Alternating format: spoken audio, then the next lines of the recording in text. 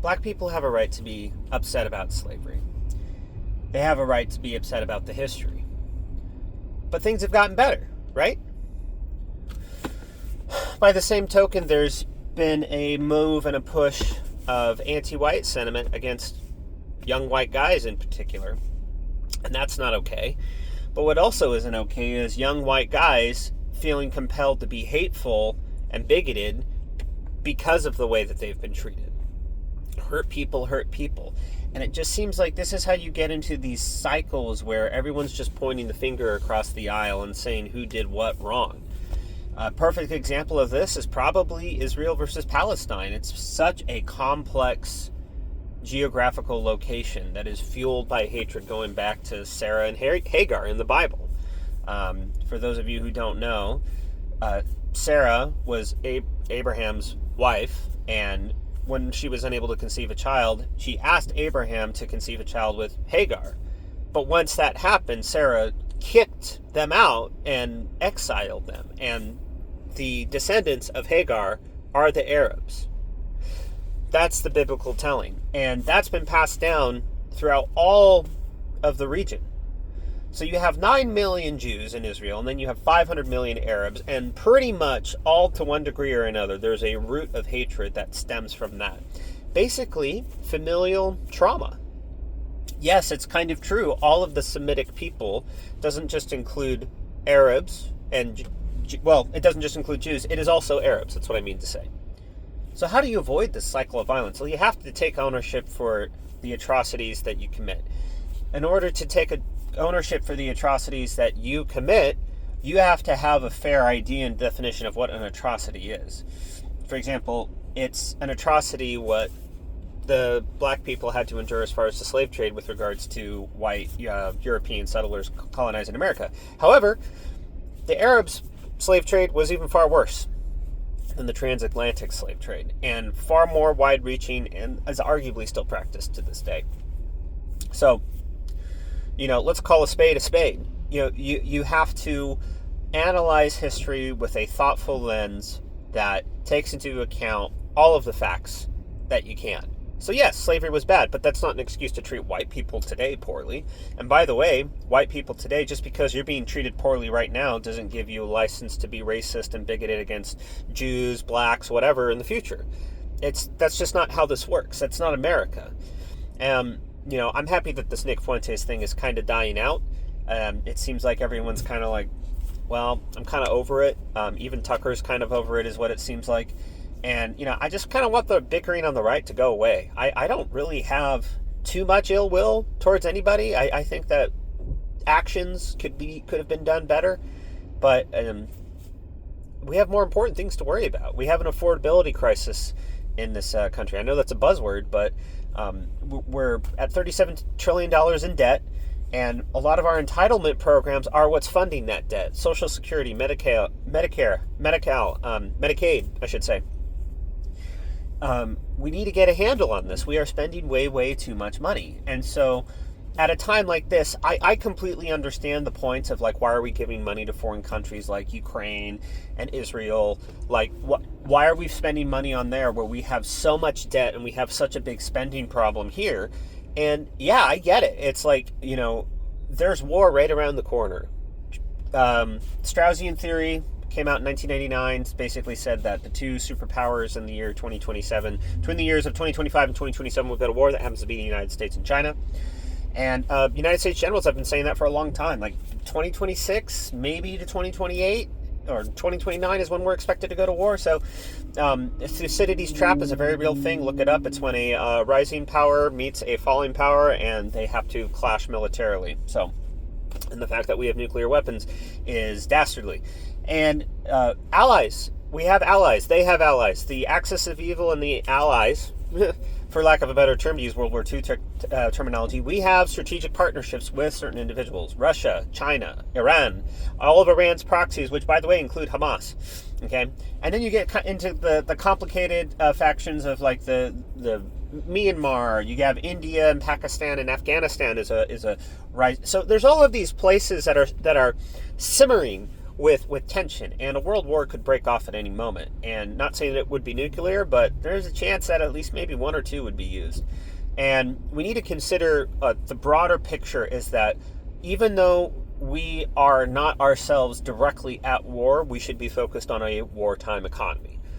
And that means re-energizing our industrial base. Now, Trump's trying to do that with all of this AI investment. There's a lot of cybersecurity that's going into AI. But Claude was just hacked by Chinese spies, Chinese hackers. Anthropic got hacked. So AI in the public domain is a little bit fishy and dicey. But manufacturing is something that we need. We need to be able to manufacture our own weapons. We need to be able to manufacture all of these things that we need. And we need to keep our strategic partnerships that are not only ideologically in line, but also economically in line, that are sort of not a quid pro quo, but mutually beneficial relation. And we have that with Israel. So I'm trying to give yes. There's all of this domestic BS that's going on between the conservatives and the Democrats, and people are saying kill each other, and Democrats are saying it. Trump said something today, I think, about, seditious acts are punishable by death, and everyone's freaking out. And it's this is the problem with the cycle of violence. So we need to really clamp down on what's going on within our own country, and really, instead of looking at each other like this, we need to look out together towards the same enemy. I mean, China is an atheistic theocracy. It's kind of what I like to say. They're a totalitarian atheistic regime. They harvest organs like crazy. They're how do you say this? They're mono-ethnic in their power base. You don't see any diversity in the Chinese Communist Party parliamentary sessions. You just don't. They're ideologically opposed to so many of the ideas of the liberal West, and I mean classical liberal West. We need to recognize that. And these strategic partnerships that they have with Russia are because Russia is basically an oil supplier to them. And Russia's also been buying up gold and silver. China's also been buying up gold and silver. They're putting a hedge against the US dollar. They have been doing a long-term 100-year plan to basically wipe out the United States before the United States know what hit them. And part of their plan in doing so is also strategic partnerships with Iran. So when we bombed Fordo, that was in America's best interest because Iran is one of the heads of the Hydra that exists in this new axis with Russia and China. It's to our benefit to weaken our enemies. And by the way, Israel is they are a completely sovereign country with an awesome military that I think pound for pound is probably the best fighting force in the world, just objectively. Take out the fact that they're the only democracy in the Middle East. They are a useful ally. Saudi is a useful ally for their oil, and it behooves us to support them. So you have all these strategic partnerships that from a realpolitik level need to be maintained if we are going to survive a war with China, with Russia, with North Korea. So, yes, we have all of these domestic issues. We need to cut down on spending. But my through line in my reasoning is the biggest picture that I can provide is the geopolitical tensions that are feeding into a potential world war scenario.